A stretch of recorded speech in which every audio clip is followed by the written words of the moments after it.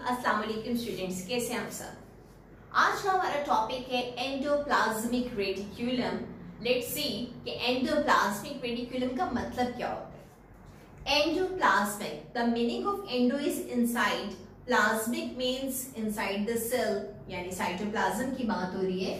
और रेटिक्यूलम का मतलब क्या होता है, नेटवर्क।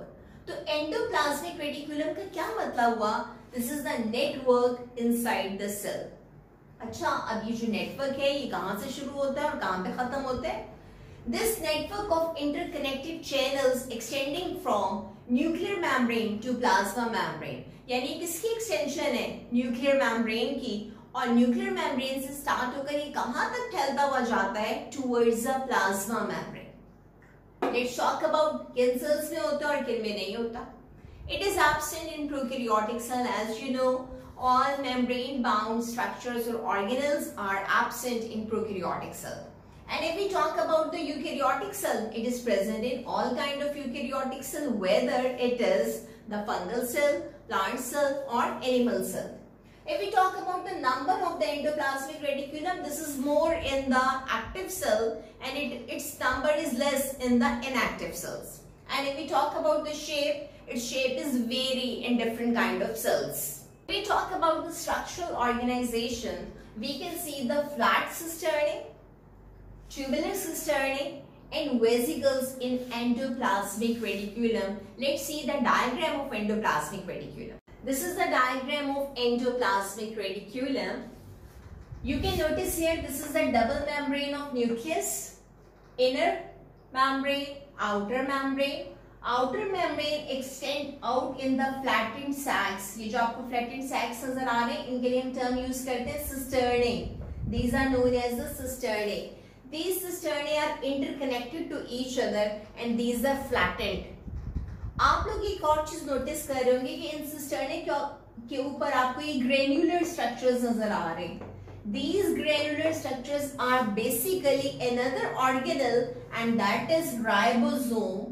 तो वो वाली सिस्टर्ने या वो वाली एंडोप्लाज्मिक रेटिक्यूलम जिसपे कि राइबोसोम अटैच होता है और उसकी अपीयरेंस रफ हो जाती है या ग्रेनुलर हो जाती है, तब हम ऐसी एंडोप्लाज्मिक रेटिक्यूलम के लिए टर्म यूज करते हैं rough endoplasmic reticulum. In short we can say it is the RER. The endoplasmic reticulum which contain the ribosomes on its surface, it is known as the RER or rough endoplasmic reticulum. और देखिए आप इसके अंदर जो एक cavity present होती है उसके लिए हम टर्म यूज करते हैं cisternal space, but ribosomes are present on the outer surface of the rough endoplasmic reticulum. यहीं पे आपने नोटिस किया होगा कि एंडोप्लाज्मिक रेटिक्यूलम में हमें कुछ ट्यूबुलर ब्रांच स्ट्रक्चर्स भी नजर आ रहे हैं. और one thing more, here no ribosomes are present here. Ribosomes are absent in this side. So endoplasmic reticulum where ribosomes are absent, it is branched, it is tubule like. This tubular cisternae in which ribosomes are absent, this kind of endoplasmic reticulum is known as the smooth endoplasmic reticulum because it is agranular. It doesn't contain any ribosome on it. तो आपने देखा क्या, हमने ER के अंदर RER को भी study कर लिया विच कंटेन द राइबोसोम्स, और हमने SCR को भी डिस्कस कर लिया जिसमें कि राइबोसोम्स नहीं होते. ये फ्लैटेंड सैक्स से इंटरकनेक्टेड और these are the tubular material और ट्यूबुलर सिस्टर्ने जिसके लिए हम टर्म के यूज करते हैं SCR. समटाइम्स क्या होता है कि यही RER या SCR जो है वो एक्सटेंड आउट होता है, बड आउट होता है और फॉर्मेशन किसकी करता है, वेसिकल्स की फॉर्मेशन करता है. तो आपने नोटिस किया कि जब हम एंडोप्लाज्मिक रेटिक्यूलम की बात करते हैं तो एंडोप्लाज्मिक रेटिक्यूलम में हमें जो स्ट्रक्चर्स नजर आ रहे हैं वो कौन कौन से हैं, आपको नजर आया फ्लैटेंड सैक्स लाइक स्ट्रक्चर, आपको नजर आए ट्यूबुलर स्ट्रक्चर, ये भी सिस्टर्ने हैं, ये भी सिस्टर्ने हैं, ये फ्लैटेंड सिस्टर्ने, ये ट्यूबुलर सिस्टर्ने, और जो थर्ड स्ट्रक्चर आपको नजर आया that is what, that is the vesicle, right. Now we are talking about the function of these type of structures. आपने नोटिस किया कि जब हमने रफ एंडोप्लाज्मिक रेटिक्यूलम की बात की थी तो रफ एंडोप्लाज्मिक रेटिक्यूलम पे प्रेजेंस किसकी थी, राइबोसोम की.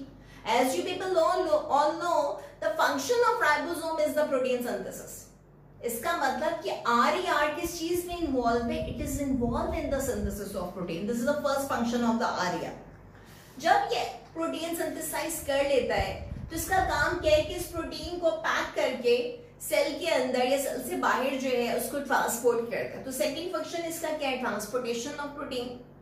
इसके अलावा हमें रफ एंडोप्लाज्मिक रेटिक्यूलम जो है ये मिलती है in the form of Nissls granule in the cytoplasm of the neuron cell body, और वहां पर भी इसका काम क्या होता है? Protein synthesis.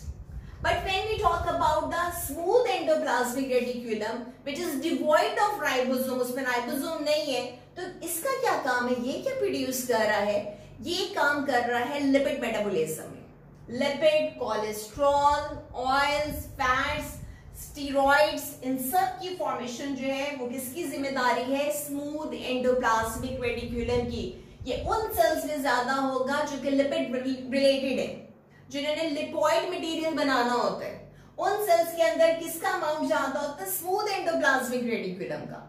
और वो सेल्स जिनके अंदर प्रोटीन सिंथेसिस ज्यादा होनी होती है, वहां पे किसका अमाउंट ज्यादा होगा? रफ एंडोप्लाज्मिक रेटिक्यूलम का। तो स्मूथ एंडोप्लाज्मिक रेटिक्यूलम का एक काम तो ये हुआ कि क्या कर रहा है? लिपिड मेटाबॉलिज्म इन्वॉल्व है। सेकेंडली क्या करेगा? ट्रांसपोर्टेशन ऑफ लिपिड करेगा। थर्ड वन इसका काम क्या है?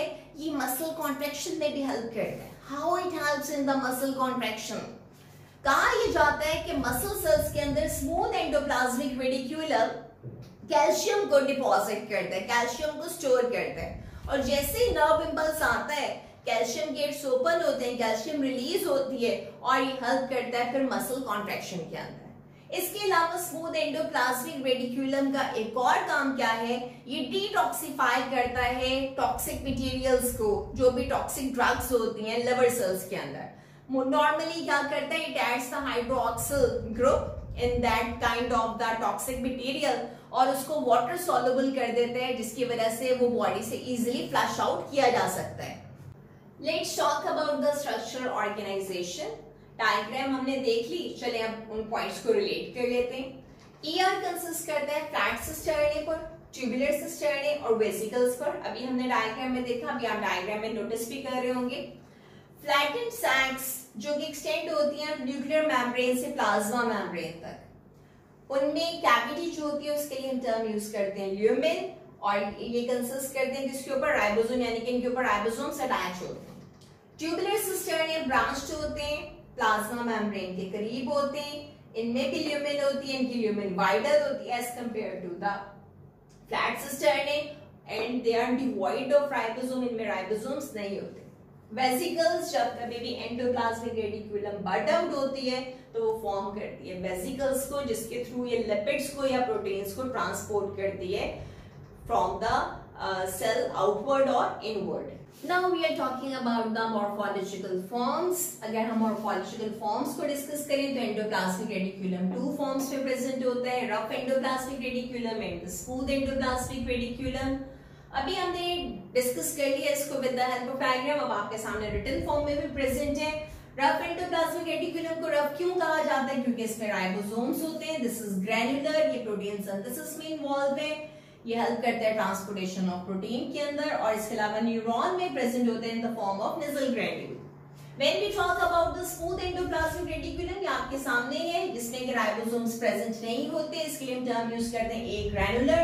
ये इन्वॉल्व होता है लिपिड मेटाबॉलिज्म में, इसका मतलब ये किसकी ट्रांसपोर्टेशन में इन्वॉल्व है? लिपिड्स की ट्रांसपोर्टेशन में। सार्कोप्लाज्मिक रेटिक्यूलम की फॉर्म में ये प्रेजेंट होता है मसल सेल के अंदर, जहां पे ये कैल्शियम को स्टोर करता है और हेल्प करता है मसल कॉन्ट्रैक्शन में। इसके अलावा ये हेल्प करता है detoxification of harmful drugs in the cells of the livers, और ये भी मैंने अभी आपको बताया था ये किस तरह से वर्क कर रहा है। अगर मैं ओवरऑल फंक्शन डिस्कस करूं एंडोप्लाज्मिक रेटिक्यूलम के, तो ओवरऑल फंक्शंस क्या है? ये मैकेनिकल सपोर्ट प्रोवाइड करता है सेल्स को।